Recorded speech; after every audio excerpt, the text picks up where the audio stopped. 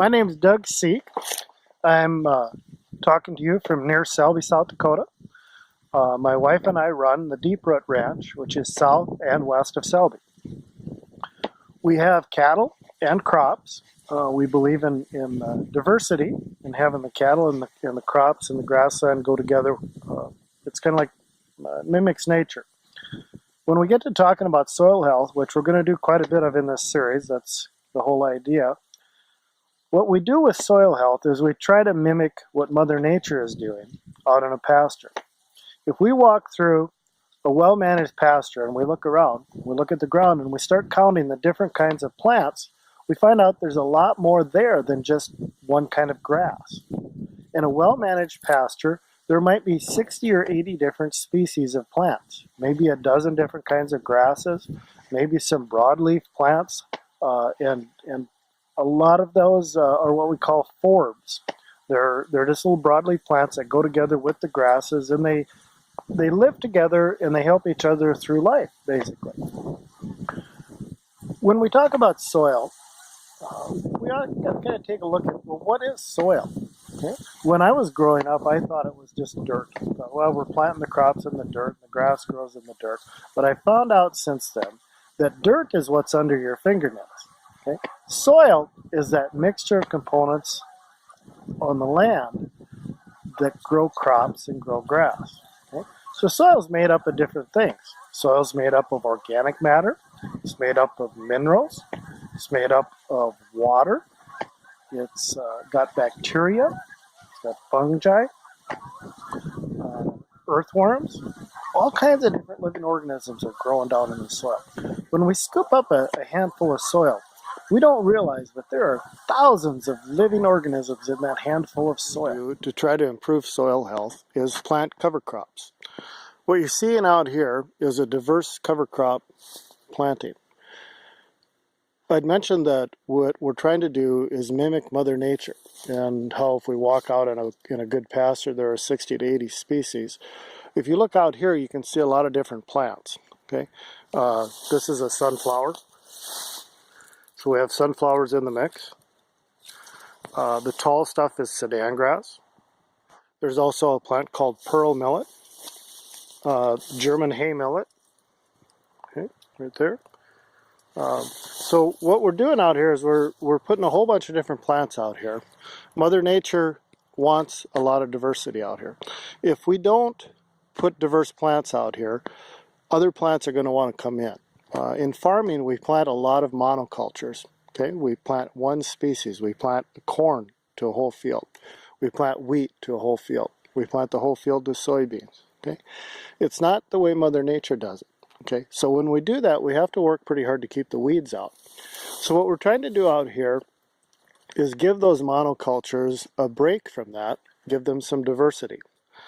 Now if we walk around and look out here, we can see some green plants growing down there yet. Let me get you in on one.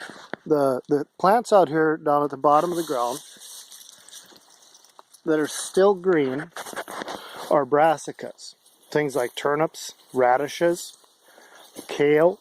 Okay, now that's important because the microbes and the bacteria in the soil need living roots to do well. Okay, so we want to keep living roots in the soil for as long as we can, for as many months of the year. If you look at a pasture, it turns kind of brown during the fall, but those plants are still alive and the roots are still alive. Okay, a wheat field or a corn field, once we have harvested, once that plant has lived its life, there's no live root out there. So we're doing this. We're putting some live roots out here to keep the plants, or to keep the bugs happy, actually. We want to feed the bugs just like we feed cows. Okay, bugs are just another form of livestock. The bacteria and the microbes are our underground livestock. So we have to do what we can to make sure that they're well taken care of.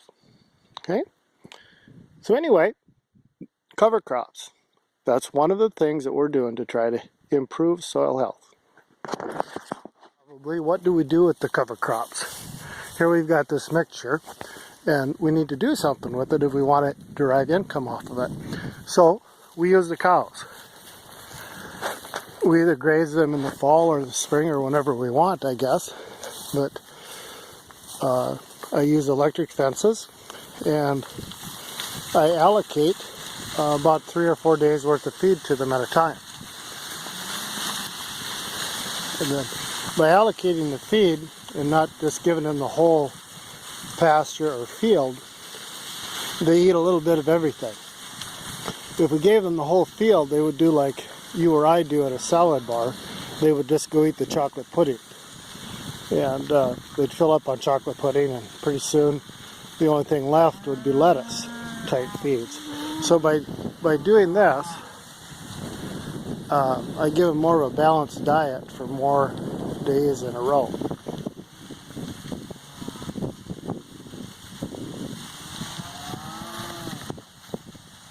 They get used to moving really quickly when they see me show up with this four-wheeler and my electric fence supplies.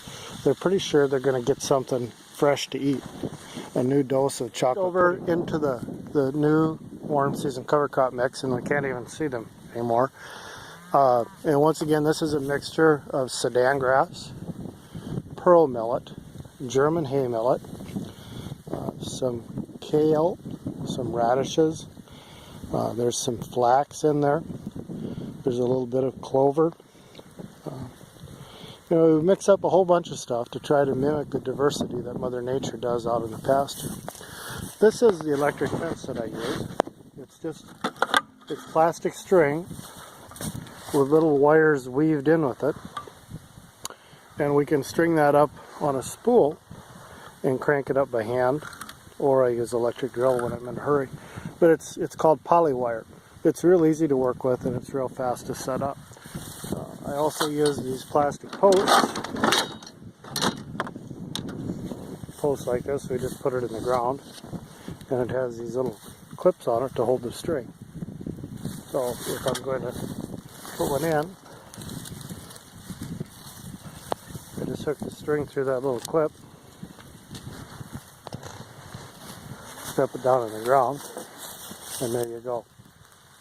This is what it looks like before we graze the warm season cover crop. Some of that is standing up as tall as I am. So they go out, cows are out working on that. You can see the electric fence going here. And then this is what it looks like after they've grazed it. They don't eat it all. They leave some behind, and they step it down, and it covers the soil. And that creates a mulch like you would have in a garden that traps the moisture, and it also provides food for the bacteria and other microbes that live in the soil.